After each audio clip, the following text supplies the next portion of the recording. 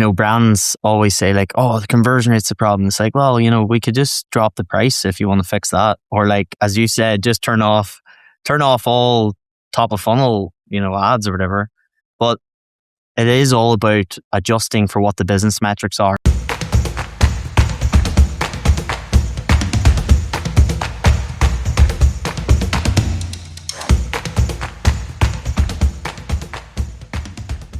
Well, hello, and welcome to another edition of the eCommerce Evolution Podcast. I'm your host, Brett Curry, CEO of OMG Commerce. And today we're talking about full funnel CRO, how to optimize for full funnel experiences. We're going to talk about subscription brands. We're going to talk about CRO for non-subscription brands. With takeaways, it's going to be a lot of fun as well. And so my guest is Paddy McLarnon, and I met him, I got to hang with him a couple times actually at the D2C Growth Summit. Once in New York City, recently in Miami. Dude's presentation was killer, just chock full of good ideas. He's also Irish, so his accent is amazing. You're going to love listening to him for a variety of reasons. And so he is the founder of PM Digital Designs, and we are going to get after it. So with that, Paddy, how's it going, man? And welcome to the show. Thank you so much, Brett. Thank you for having me. I am amazing. Cannot complain. Love it, man. I love this topic. And, as you know, I'm more of an ad guy, and we focus a lot on YouTube and Google, but we certainly love Meta and lean into Meta as well. So I love the excitement of getting more traffic and closing more deals and more new customers and things like that. But often the greatest unlock for the next level of spend, the greatest unlock for the next level of growth isn't with ad tweaks, right? It's not with media buying or creative, all those things are extremely important. It could be the next level of growth can be unlocked by CRO and better landing page experience, better full funnel CRO, so that you can do more with the people visiting your site. And so you want to kind of just briefly explain to people what you do, and then we're going to dig into all kinds of tips and ideas. Yeah, so pretty good intro there from you, but we are a full funnel CRO agency, and we work with all types of 7, 8, some 9-figure e-commerce brands. And I guess the whole goal for us is just to, as you mentioned, kind of make sure we have that ad to post-click, or as people call it, landing page congruency. I think it's definitely a neglected area, and there's a lot of, I suppose, focus coming into it now as people have realized that Meta and all the ad platforms, especially Google as well, are just getting more and more expensive. So how do we actually optimize for that, and how do we drive the cost as physically low as possible? And we can do that through the post-click experience. So we focus on the entire thing. And yeah, I'm excited to kind of chat on that and give away some of the secret sauce, as they say. Love it. Yeah, because really getting the click, getting someone to stop, pay attention, getting the click, that's really only half the battle, right? What do you do with that visitor after they visit your site? I'll give you kind of just a physical world example, because I think this is a good illustration and maybe will help us reframe and say, I'm probably not putting enough time and energy and attention into CRO. Have you ever done trade shows, Paddy? You ever had like a booth at a trade show? Or I'm sure you've been to trade shows, but have you ever had a booth? We've done small ones, but probably nothing really to the extent of a proper trade show. But I get where you're going with this. I've been to plenty. Yeah. And so like we've done trade shows and depending on like what B2B trade show you're going to, maybe you're dropping 15 to 30 grand, maybe you're dropping 100 grand to be there. And it's always a really interesting contrast. I see some booths where the booths are beautiful, like good messaging, everything, but the people in the booth are just kind of sitting and they're not engaging with people that are passing by. Or worse, they're like on their phone or not paying attention. Or maybe the booth is empty, right? And they're like, man, you just spent a whole lot of money to be in front of this traffic and you're doing nothing with it. Then you see other booths where the people at the booth are engaged and they're talking to people, they're stopping people as they walk by, they're maybe handing things out. Maybe they got some people for the booth that are out milling in the crowd. And then they've got a good follow-up system. And so some trade show booths, like people collect the names and then they do nothing with it, right? And so it's just one of those things where we've got to think about this holistically, right? The biggest expense we have is our paid media and often the creative that supports it. A lot of us dropping 6 figures, some high 6 figures, some 7 figures, mid 7 figures on ads each month. But then what do we do with those people once they visit the site? And so maybe let's break this down, Paddy, because I think this could be helpful. What are some of the biggest mistakes you see brands making? So you're auditing a brand for full funnel CRO. What are they missing most of the time? Yeah, I mean, you've nailed it perfectly there. I think it's a really, really unique example. But I think the biggest mistake we see is, I mean, first of all, as people know, there's cold, warm, hot traffic, as you could say. They send all three of them to the same type of page or the exact same page as that. And when you say that out loud, it's just like, why are you not making that funnel a lot more aligned to where they are in terms of their mental state, but also like how aware are they of your brand or the problem they have? And also, are they ready to buy? And in most cases, the ad gets the click, as you've mentioned, but most of the time, they're not just ready to buy just yet. They've maybe seen your brand once, maybe hit with the ad 2-3 times. Let's educate them. Let's handle those objections. So that's probably one big mistake we see.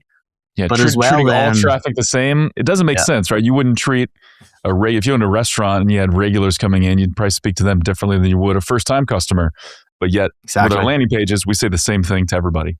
Yeah, exactly. And then the next thing is probably the fact that people actually don't build out landing pages in general. So, of course, this is very niche specific.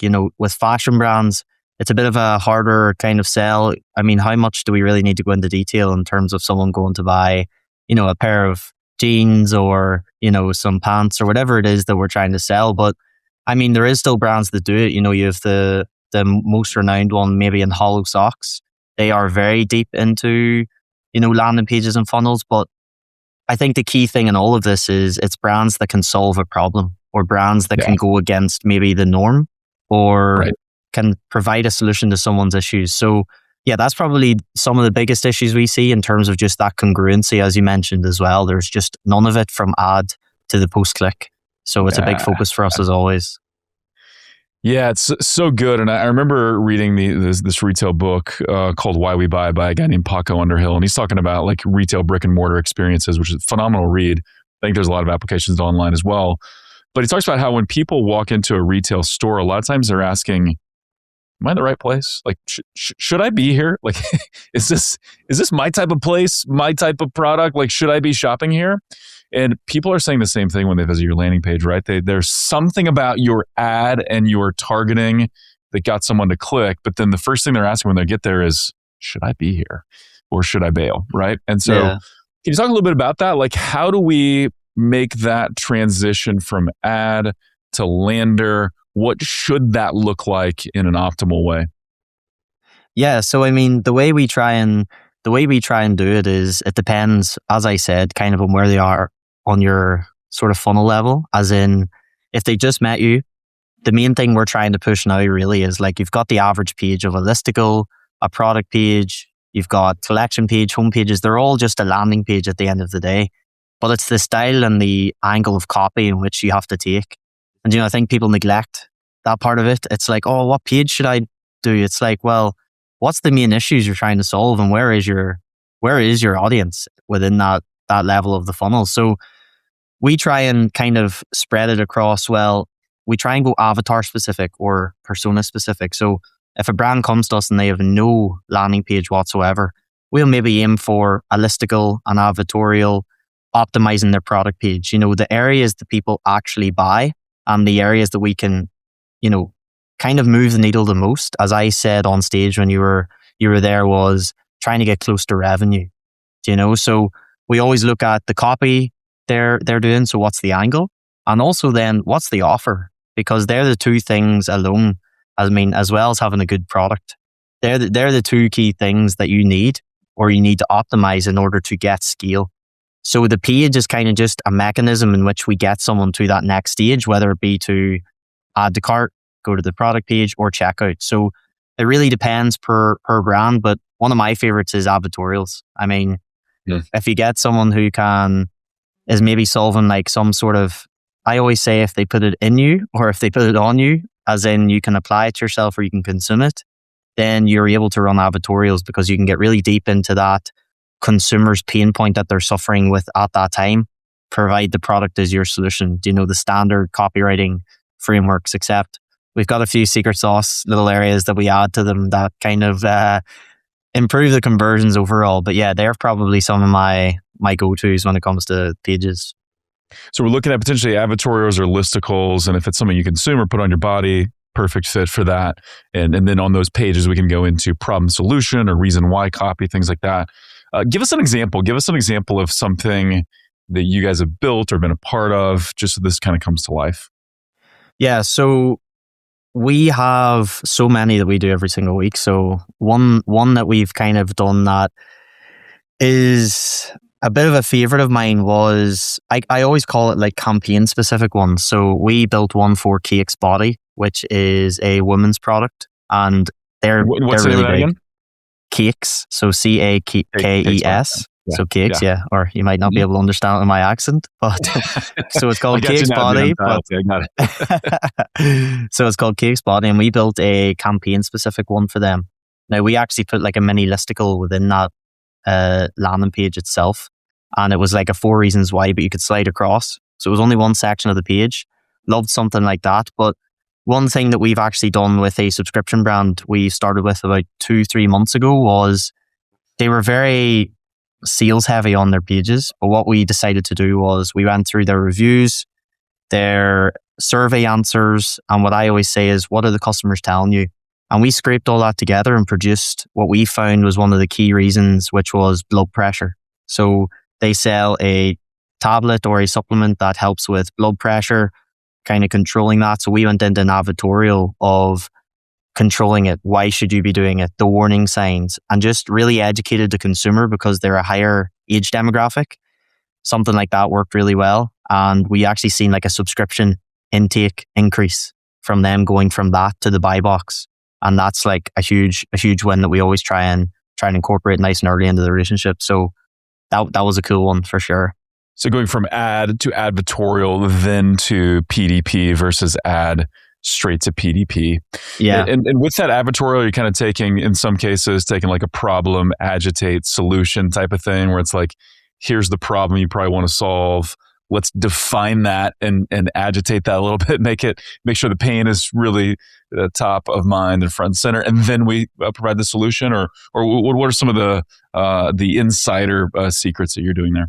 Yeah, I mean that's pretty much it in a shortened context. We like to kind of do it as well, where the solution and the agitation is kind of within the transformation. So if someone started somewhere, and we actually try and use a real good review from the brand. So usually, and this is what I say to brands all the time, your consumers have told you already why they bought, what it's done for them, why someone else should buy, what were they dealing with before. So we reuse those really, really long reviews. And technically, the older the demographic, the better your reviews will probably be, because they love typing, they love talking. The longer the page, the more they love it. Again, it's just an interesting mindset they're in. But yeah, we utilize something like that, and that becomes the transformation. And then you obviously go into the offer, and then you try and give them that last final special piece where you're kind of trying to get them back into that offer to maybe click on to the product page. Or to be fair, this is kind of something we get asked all the time. Do I put my product page on the landing page? Or do I put my offer on the landing page? Do I try and push them to a product page? Do I just educate them here and then push them on? My answer is you test it. And that's why split testing is so important across brands, because there's no one size fits all. And if you have that question right now, I would just advise you to test it, because nobody actually knows the answer to that one. Yeah, it's a really good insight, right? It depends on your product, your offer, who's landing on that page, lots of factors there. And so you do have to test it. For Boom Beauty, or Boom by Cindy Joseph, my buddy Ezra Firestone, we helped them scale on YouTube maybe 8 or 10 years ago, still work with them. But for a long time, their top performer was add to Ezra called it a pre-sell engagement page, very much like advertorial type of thing. And then that sends to an offer page. He did actually put, pricing and kind of the offer on that pre-sale engagement page. They tested it both ways. For them, for that beauty brand, it made sense to put it there. But you do have to test it. 100% agree with that. And I love that you call out what are those good stories, those good use cases, and just bring those to life? If you think about B2B marketing and what I'm asking you and what your prospective clients ask you is like, hey, Paddy, what have you done? Like, who have you helped? Give me specific, tell me what you did for cake, right? It's the same when you're selling consumer products to a certain degree, right? Who has this worked for? Tell me a little bit of a story about that. Lead me through so I can see how it might be able to work for me. And yeah, bonus if you're reaching a slightly older audience because they love to tell stories. If you ask your grandma, how did this thing work? She's probably not going to say just good or great. She's going to be like, well, I first started noticing some pain in my hips about 3 years ago. I was like, oh, okay, Exactly. yeah, buckle up. We got a story going on here. So. Exactly. I love that you said that though, in terms of actually telling the pricing as well, because, you've still got to dip the offer in as you're educating or handling objections or whatever it is that you're trying to do with that page, because it can't become this big surprise either. You kind of have to softly let them know what the offer and the pricing is. And then when they're ready to buy, they might click a CTA or they might just get to the buy box. And then that's when you can hit them with the really good value stacked offer, which is something we can go into soon as well. Yeah, I love that. And I think just to kind of underscore this point, we're always trying to find the winning combination of ad angle and positioning to a particular audience, landing on a particular page, right? And that combination is going to be different if you've got a different ad and you're reaching a different audience, right? Then the lander is going to be potentially different as well. And so we've seen this a lot, to your point, like a lot of supplement brands that we work with, the consumables. It's almost always a lander that works well. We've had a number of beauty brands, Boom being an exception, a number of beauty brands where sending people to the homepage from YouTube works pretty well, right? Yeah. And sometimes it's the same lander that's crushing that will also crush on YouTube, and sometimes it's very different. So you do absolutely have to test. But exactly. I would love to, let's get into, you called it offer stacking. What does that look like? Break that down for us.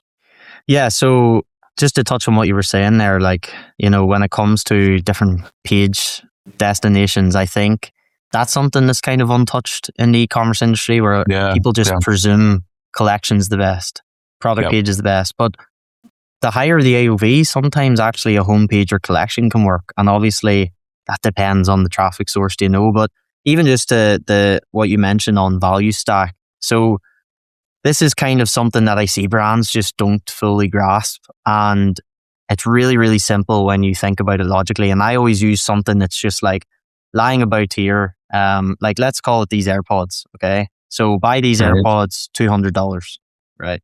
So if I had that offer in front of me, or I had buy these brand new Generation 4 AirPods, you get 2 free earbuds with it, you get connection to your iPhone, you get USB portability, you get location tracking, you get bang, bang, bang, bang, bang, like 10 value stacks, maybe not that much, but value stacks that actually have a cost to it.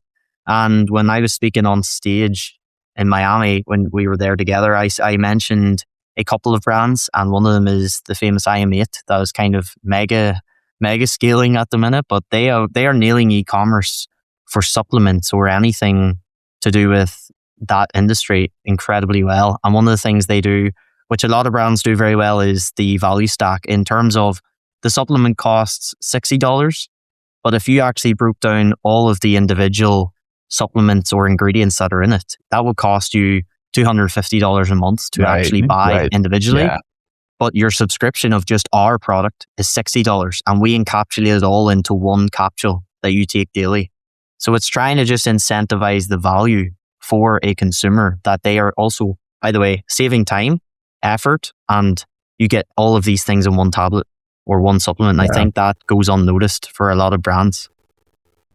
Yeah, it's a really interesting way to break that down, right? Or to create the perception of value, because most brands, I don't think, have a price problem per se. If they're not getting the conversions they want, it's more of a value problem or a value understanding problem. And so you can compare to the competition, right? To do the side-by-side comparison of your AirPods versus your earbuds versus AirPods versus others. Or you could take the supplement approach and say, hey, we get ingredients that no one else, or the quality of ingredients that nobody else gets. And if you were to go and buy these individually, separately, try to make your own as an example, it costs you 5 times what, we're charging. And so, yeah, lots of different ways to stack the value. How do you guys think about that? How do you approach it? Are you thinking about, hey, what objections am I trying to overcome here? Do I need to create some like pricing anchors for someone as they're considering this product? How do you approach this so you understand how to stack value for a particular product? And again, if you want to give an example, that'd be great. Yeah, I mean, you kind of touched on it again there as well, just as you were asking that, which is like price anchoring. Do you know that is technically what it is? But I think if you encapsulate it all, the main thing that we're trying to do is always handle an objection. And a key objection, no matter, you could have a $20 product, a $2,000 product. Everyone will say, or most people will say on the surveys, the price is too expensive. Like no matter how cheap, right.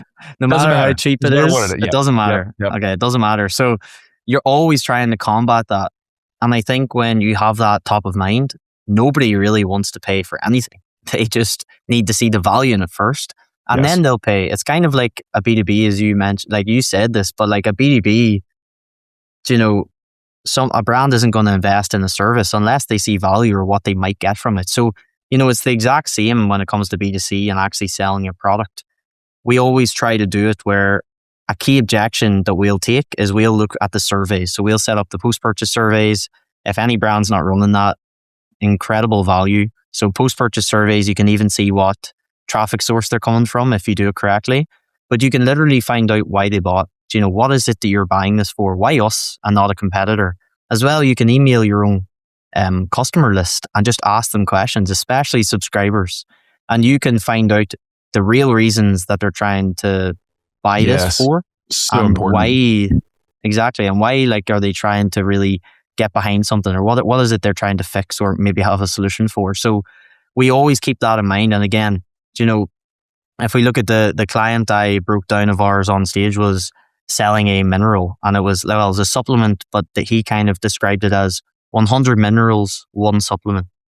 And we didn't list, all 100 minerals, but we listed the key ones, like vitamin C, vitamin D, calcium, magnesium, all the main products that people know. And we listed the price of them and tried to kind of handle that as a $250, let's just put it as an example, price point. But the actual subscription is $60 a month, and it's one pill. And I think that kind of, is the best way to think about it. So yes, you're trying to handle objections, but all of this, every single thing we're talking about has to be brand specific, and you've got to do that research from your customer. And our motto is literally, what do they say? What do they see? What do they click? And if you can figure out what they're saying, simply in reviews, in surveys, in all of the kind of ways you can encapsulate data from them, then you will see exactly what their main problems are before they buy. So you should always be having that top of mind. Customer is king, always. Yeah, it goes back to that classic marketing principle of we're trying to enter the conversation taking place in our prospects' minds, right? And so the more insight we can get there on what they're seeing, what they're thinking, that allows us then to speak directly to that. Hey, this episode is brought to you by OMG Commerce. That's the agency that I get the privilege of running. You ever feel like it's Groundhog Day when it comes to your marketing, where every day is the same? You're still relying on the same channels, got the same ads you're leaning into. Maybe it's time to diversify. Maybe it's time to unlock new growth. That's what we specialize in. My guess is, if you're like most brands, you're probably leaning heavily into Meta ads, and long live Meta, we love it. But you're probably missing YouTube ads. And my guess is maybe Google is under leveraged as well. We've helped multiple brands go from zero to $5, $10, $15, even $25,000 a day. We helped Karenique, a hair regrowth product, go from zero to $1 million in YouTube ad spend in 90 days while hitting their CAC target. And we'd love to see if we can do the same for you. So we'd love to chat, talk about what it takes to scale on YouTube and how ready you are right now. So let's chat and go to omgcommerce.com, click the Let's Talk button, and we'd love to help you dominate with YouTube ads. We'd love to kind of understand that. So with this men's supplement, right, it's taking all 100 minerals. I have to pay $250, use that as an example, to do it all separately, or one pill, $60 a month. Nobody wants to pay $250 a month. Nobody really wants to pay $60 a month either. They do want the benefit. And if they can get the benefit, which they're really after, and feel like they're saving $190 in this case, now they're getting the benefit they want, and they feel like they're saving, which is a real win there. Can you kind of talk through like what kind of shift did you see in performance when you went to that angle and that type of lander, that type of value stack? What would you see in terms of results? Yeah, so he already had quite a few really high performing pages, or actually just this one high performing page, really unique angle, really unique page. I've never actually seen anything like it before. But we built out about 8 to 12 different variations across like a 2 month to 3 month period, and seen cost per acquisition, or cost to acquire a customer, whatever way you want to call it, actually hovered the same or stayed lower, but it increased the amount of spend you could put behind the campaigns. And I think people sometimes, there's all these conversations of what metrics are you tracking at the ad level, what really matters. Our goal, to be honest, is, and what we can affect, you might be able to look through like click-through rate at the landing page and all these mad things. But at the end of the day, cost per acquisition, spend, they're two things that we just try to affect. And how we can do that is by, most brands will try and just put the key performing ads and utilize the page that we give them and actually test it at the at the ad level. And if brands do that, you'll get a real return on, has this page made a difference? So we weren't necessarily split testing just one section. That was one section within a page. But even with another client, we done, I think it was 4 advertorials for a baby like balm. So something that they put on the baby's skin to help them sleep, like a magnesium sort of lotion. And we really went into statistics and problems and everything like this. And you could tap into more of the mother's problems there. So you could tap more into, she's not sleeping, neither are they. And just a lot of other things. And the value then becomes, as you mentioned, benefits over features. That's always the way it has to be. And we tapped into that for her as well, or them, sorry. And it performed with the exact same results. It's always cost per acquisition drops slowly as spend, as Meta then allows you to spend, or Google. But with this client, it dropped first and then it rose back up to be on average the same cost per acquisition as they had before, but their spend increased. Yeah. So there's many ways in which brands can scale. And I think it's so subjective, because on the back end of both of those brands, you have subscriptions. So you're not even getting into the conversation of what happened to subscription take rate. How many people actually went and opted into subscriptions instead of one-time purchase? Because then the brand's profitable over time in terms of customer lifetime value. So a lot to look at, but hopefully that kind of gives you a sense as to what worked and how it worked.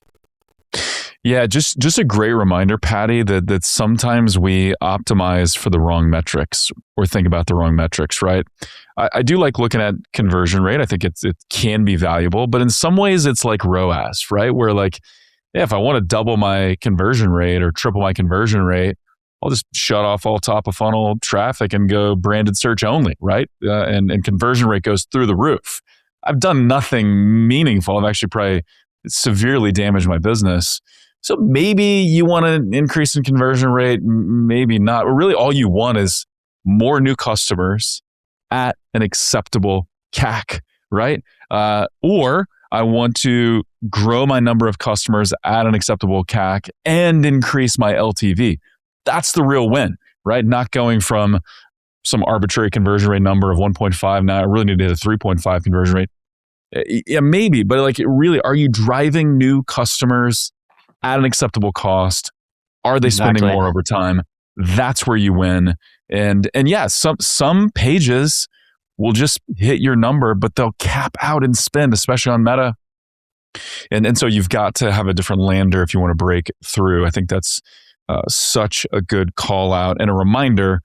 Optimize for the right thing, right? You don't call Paddy, you don't go on this full funnel approach just to improve conversion rate. You're trying to unlock new growth potential while maintaining costs, while maintaining profitability. Yeah. I mean, like the problem we see as well, even just to touch one last bit on that, is like brands always say like, oh, the conversion rate's the problem. It's like, well, we could just drop the price if you want to fix that. Or like, Right. as you said, Yeah. just turn off all top of funnel, ads or whatever.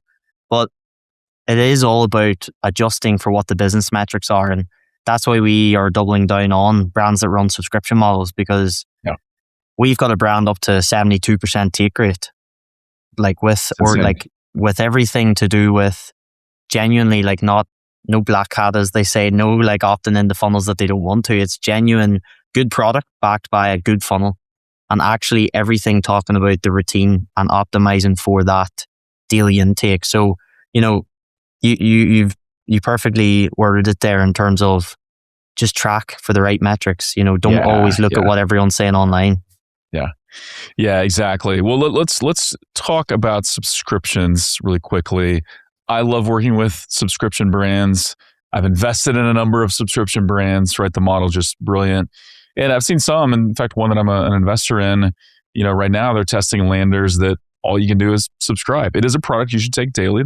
But this particular option is subscribe or don't buy, right? And that can work. But talk through, if I'm a subscription brand, what are ways that I can go from my current take rate of subscription up to 70% take rate, like you're talking about with that recent example? Yeah. First of all, it all starts with the offer. I think people get really lost in, and I spoke on this as well, they get lost in this, like, here's 35% off, here's like 40 extra product, all in month one. And it's like, okay, well, I'm going to take that and then cancel tomorrow. So subscriptions are in this kind of like finite situation where they have to get a higher take rate without increasing churn substantially. Churn is going to be there. Churn can happen with, churn can happen with, they don't like the product anymore. They don't need the product anymore, which if the product is good enough, should probably get to that stage at some level. But, they also then, which I spoke on, is like they just get too much product. And I think when you're a brand running subscriptions, you've really got to be careful on the offer and the first time order. And stuff we look at is things like this. So you've obviously got month one offer. That's got to get them in. Yeah. But people then neglect months 2, 3, 4, 5. If you look at your churn and you see that your LTV, customer lifetime value, is only 3 months, what can we do in month 3 that just maybe gets them in an extra month or 2? Can we give them a low cost free gift? So something that's really low COGS, so cost of goods sold, something that is really light, that doesn't affect shipping, something that we can give them, which can just increase that level of LTV. And if we get your brand from 3 months to 5 months, that's 2 months extra profitability. It's amazing. That you're not having to buy again. Remember that. So I think it's trying to find that balance then of, and I showed this as well, where people are optimizing for one-time purchase as well. And it's like, buy 30-day pack, buy a 60-day pack, buy a 90-day pack on one-time purchase.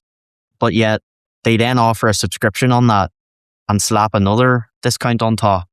And I think if brands actually just loaded their website now as they're listening to this, and actually, if they have subscriptions and looked at it, they probably don't realize that they're giving away way too much margin at the start and trying to incentivize higher AOV and higher take rate and all the metrics they can. So that's kind of like trying to find that balance is definitely one of them. I would say another way in which you could do this is all around your wording and landing pages, or even just across your entire website, homepage, collections, product page.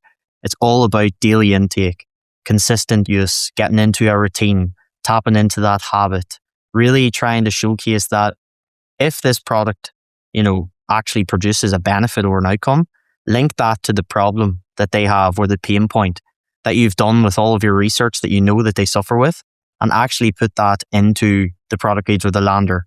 And, you touched there on subscription only funnels. They crush, You will maybe see a bit of fluctuation at the ad level because, of course, if you make it clear enough, not everyone wants to subscribe. So you've got to kind of take that, there has to be that fine balance of subscription and ad metrics and all the other mad stuff that goes on. But I think the key thing is just trying to see, what is this offer like?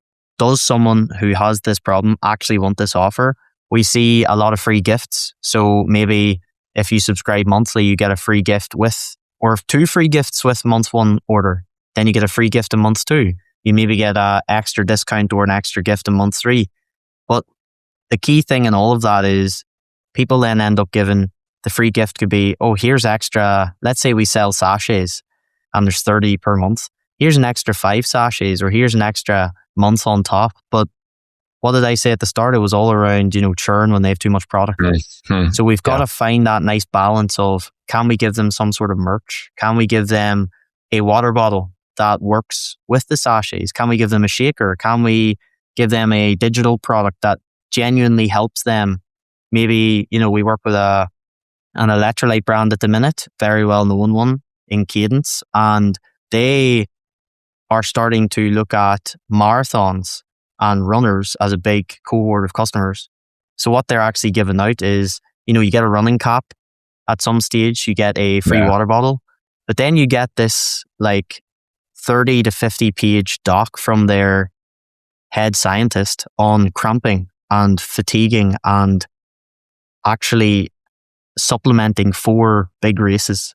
So I think that's a key way in which you can actually tie back the product and how you can actually make that experience much better by giving something for free away. And it's a digital download. So all it takes is you to have the knowledge behind it, which, still costs, but it's not something that you're having to slip into an order. It's not something that, costs an extra $5 every single order. So the thing is trying to find that use case behind everything that you're giving away when they go to subscribe, but it's got to be the most incentivized way.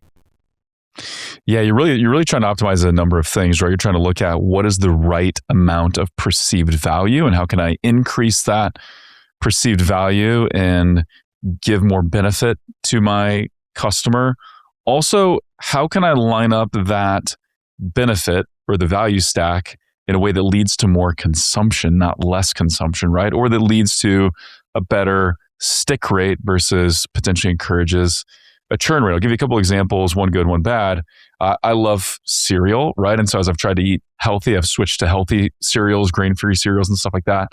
And which for the most part, I think are good. There's a number of brands that I like, but I subscribed to one brand and I think I actually made a mistake. I ordered too much product and there were some discounts and there was 1 month where I got 3 giant boxes and my wife is like, what are you doing? Are we starting a food pantry and I didn't know? Or we do it, is there a cereal party, a block party where inviting the neighbors over to eat cereal? What is this? So I churned, right? So I stopped. I'm like, hey, too much product. I actually ended up buying from another brand next, right? So I churned from that cereal brand and ended up buying from another brand later. And I kind of like the other brand better. But if I'd had the right amount, I may not have churned, right? So that's example 1. And I don't work with that brand. I just like the product.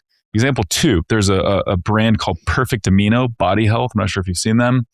Gary Brecka is an influencer. He promotes their product, but I don't love protein powders. I like the benefit because I work out and stuff, but usually upset my stomach. I don't like the calories. I just don't like protein shakes, right? So I got an ad for Perfect Aminos. And the whole thing is hey, Perfect Aminos, it's you're consuming 30 grams of protein, but there's no caloric impact. It's just the aminos that your body needs because your body breaks down protein to get the aminos. We're just giving you the aminos. They're this is brilliant. So they also gave a guide on how much amino acid should you be consuming and when and how to do this with your workouts. That was it was a free article, but as I read it, I'm like, I get it. I get it now. I get it why I can do this for me. I can do this instead of protein powder and it's going to work, right? And so, yeah, how are you stacking the value? How are you increasing the perceived value, but doing it in a way that leads to consumption and leads to stick rate rather than, something that leads to just loss margin and potentially churn. Yeah, no, I love that. That's a really interesting one, and I think the thing you can take away from that is it was all about the product and backing up why you should be taking that product. And right. I think that's exactly what I said with the other brand as well. We have some brands that actually then, don't offer discounts, which is a really interesting kind of take as well. But I guess, you have to provide value in other ways. And right. Something that we actually see as well, which is quite interesting, is we had a brand and they had a subscription and their product didn't taste amazing, but it had like unbelievable sleep benefits. And they knew their product didn't taste, that good. But I guess, if you're taking it to sleep, it doesn't really need to taste good if there's benefits, maybe. But it actually showed a higher churn rate. So it's like, no matter how good your benefit is or the outcome or whatever it is you're solving, if it doesn't taste great, people will probably just, right. So it's quite an interesting one. You've also got, the last thing on that is what a lot of brands do if they have different flavors. And this is like a really key insight is test your subscribers to get maybe a free sample of that new flavor or that new product. And it's basically a way in which you can nearly get more subscriptions to your other products, or they might switch, who knows?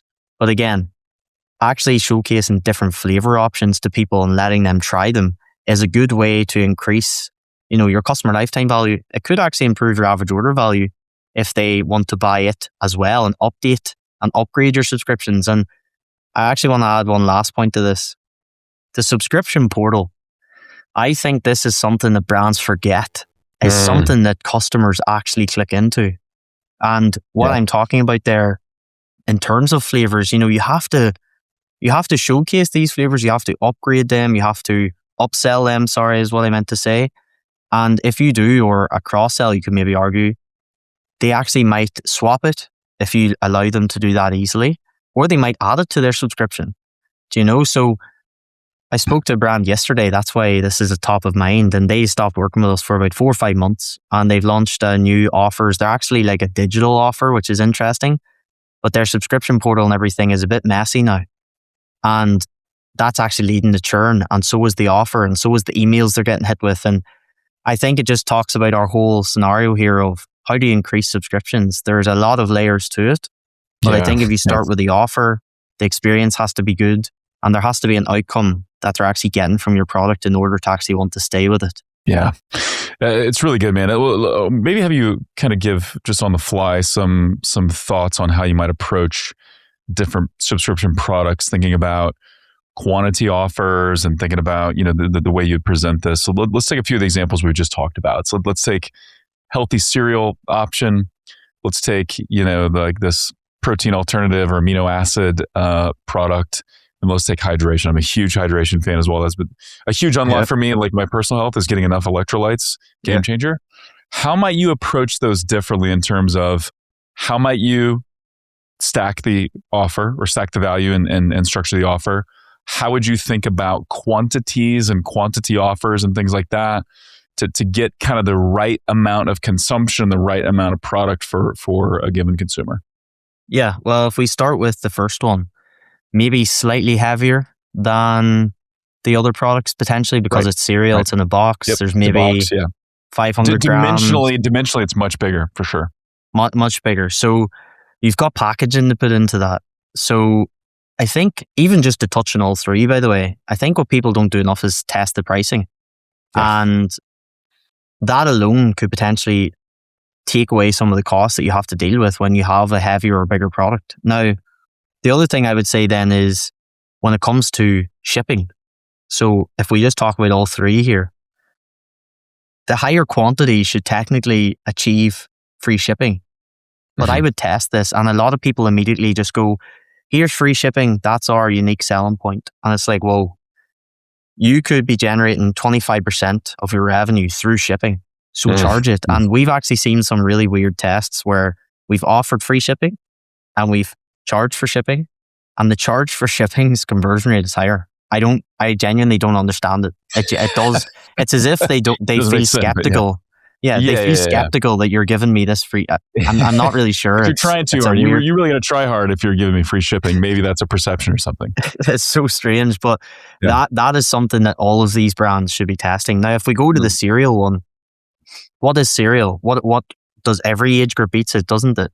So potentially you can do a household type of offer where, and the big guys in the industry, Grunes, do this. They do it really well, really cool offer that they do. But you could look at household types of offers, which might actually incentivize a higher threshold monthly of subscriptions, or you could tap into that. But again, I think it depends on what are your customers in that niche of cereal actually telling you? Are they saying that they're buying from more people? Is it just themselves? Do they want to buy?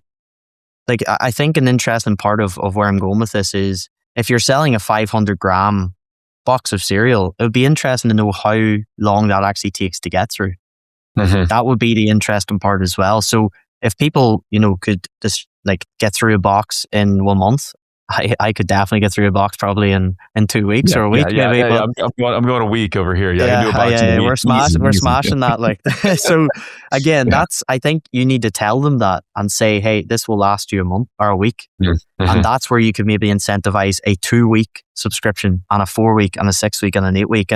Or maybe you do a weekly frequency, and people neglect that a lot. See, for all of these brands that we're talking about, the frequency level is something that you should be testing. Just genuinely offering more customization with the frequency is something that's the really, really frequency of the top. delivery. How often are you getting the product coming Exactly. to you? Mm-hmm. And then if you go into the quantity levels, then so if you don't want to give them too much selection, so if they come on and it's like buy 1, buy 2, buy 3, buy 4, buy 5, and then they have to subscribe and save, and then they have to add to cart.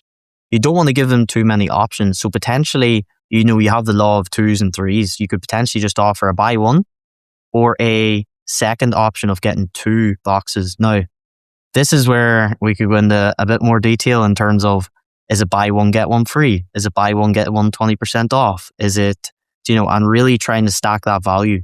But again, test all of these. And if we're going then until the second one, which was your amino product, if I'm right in saying. Yep. Mm-hmm. Correct. It also depends on how long it takes you. Usually they give you 30 servings. Usually it's either in a smaller tub, big tub, large tub, so it's trying to really see which one could potentially have the best subscription metrics. Which one is also the price, comparison. Do we auto select the middle offer? So if we have, let's say let's just call it for talk's sake, a 250 gram tub, which is nice and small. 500 is a bit bigger, and then you have a kilo.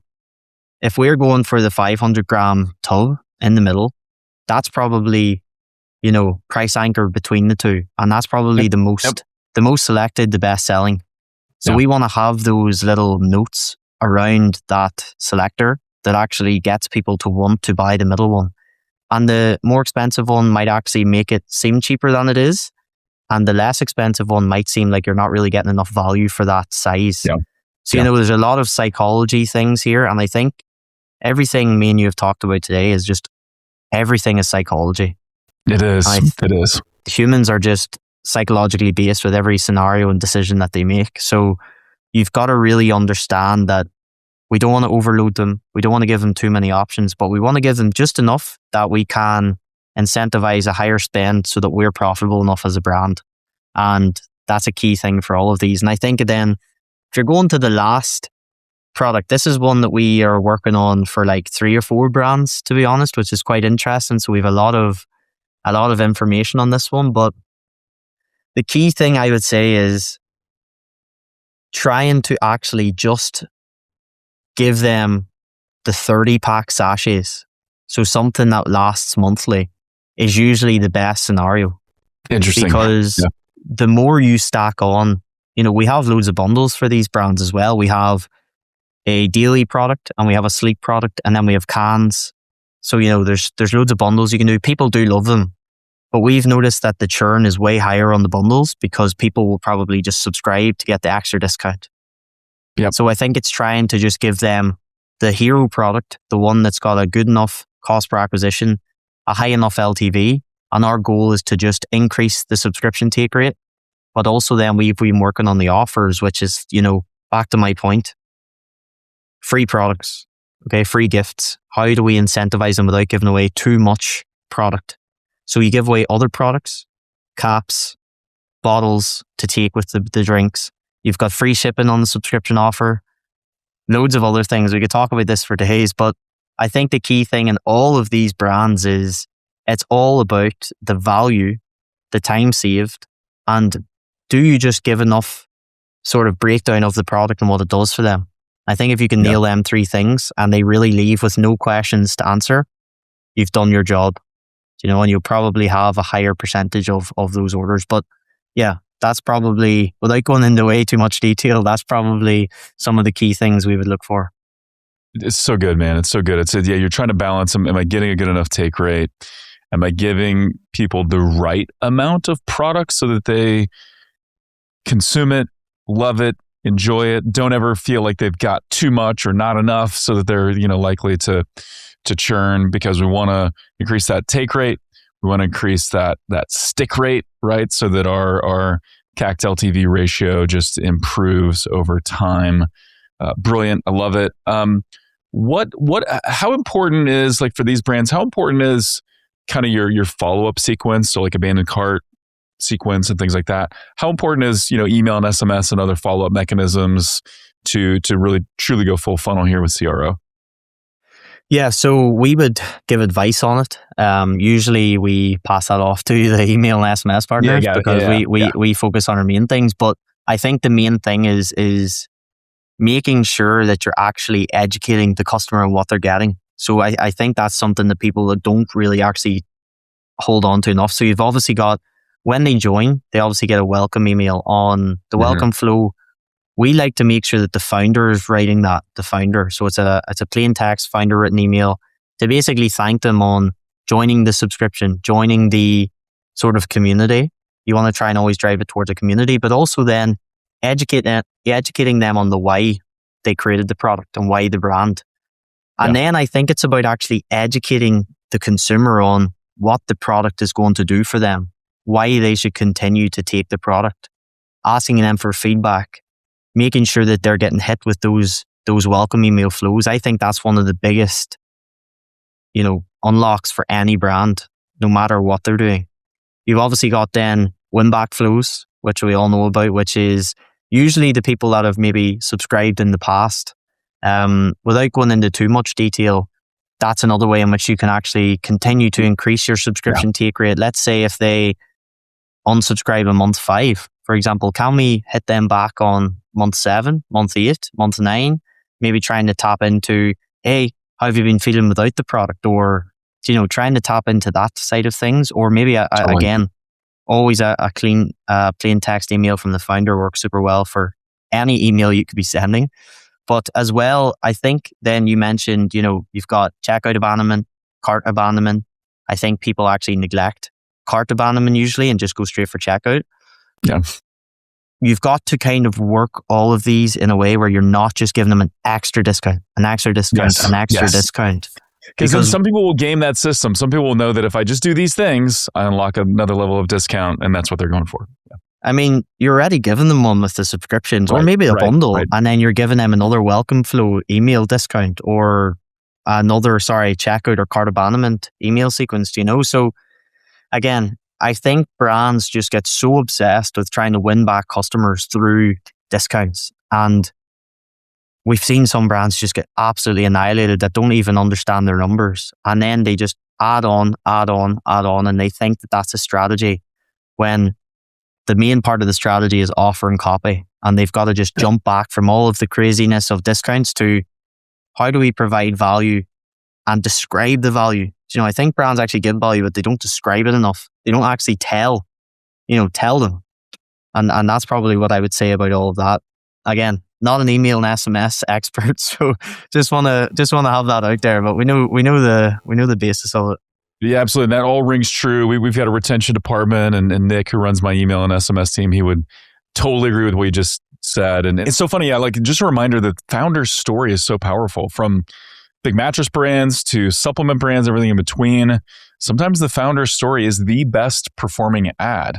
I think telling a little bit of the founder's story plus maybe some customer stories on the lander, one of the best ways to approach a lander, right? And then you're right, on the email follow-up, cart abandonment, checkout abandonment, welcome flow, tell a little bit more of the founder's story. Why did we create this? Why do you need to consume this? Why do you need this in your life? Hitting people from multiple angles or just telling the same story in a slightly different way makes a huge, huge difference. And so, Paddy, this has been brilliant, man. Absolutely love this. If people are consuming this and they're like, man, I need to go deeper. I know that I don't just need to increase my ad spend, or maybe the secret to increasing my ad spend is working with somebody like Paddy. how can they connect with you online? How can they learn more about your services? Yeah, so you can visit our website, pmdigitaldesign.com. I'm also on LinkedIn. I'm on Twitter. I'm on YouTube. LinkedIn's probably the easiest one. But yeah, listen, just book a call. I will have a chat with you. It's always with me. And again, we will just go through what you're doing right now, audit that, give you some free tips, and also just have a nice conversation. If you're anyone in the brand founder space, or your CMO, or anyone in that marketing sort of realm, you'll be speaking to the founder. As Brett said, founder story always wins. So I think that's a nice way to kind of Let's use the founder there. story right here. The reason why you should reach out to PM Digital Design. Paddy McLarnon, ladies and gentlemen. Paddy, thank you so much, man. This has been a ton of fun, immense value. Appreciate it. And hey, man, ready to rock the stage again here, hopefully in the not too distant future. Soon. Thanks for having me. Awesome, man. Thanks again. And also, thank you for tuning in. As always, we'd love to hear from you. If you like this episode, please share it with somebody who you think will find it valuable. Until next time, thank you for listening. That'll do it for this week's episode. Hey, if you're serious about profitable scale for your brand, we would love to chat. Over the last 15 years, we've worked with some amazing brands like Native, Boom Beauty, Arctic, Organifi, Crumble Cookie, True Earth, and many, many more.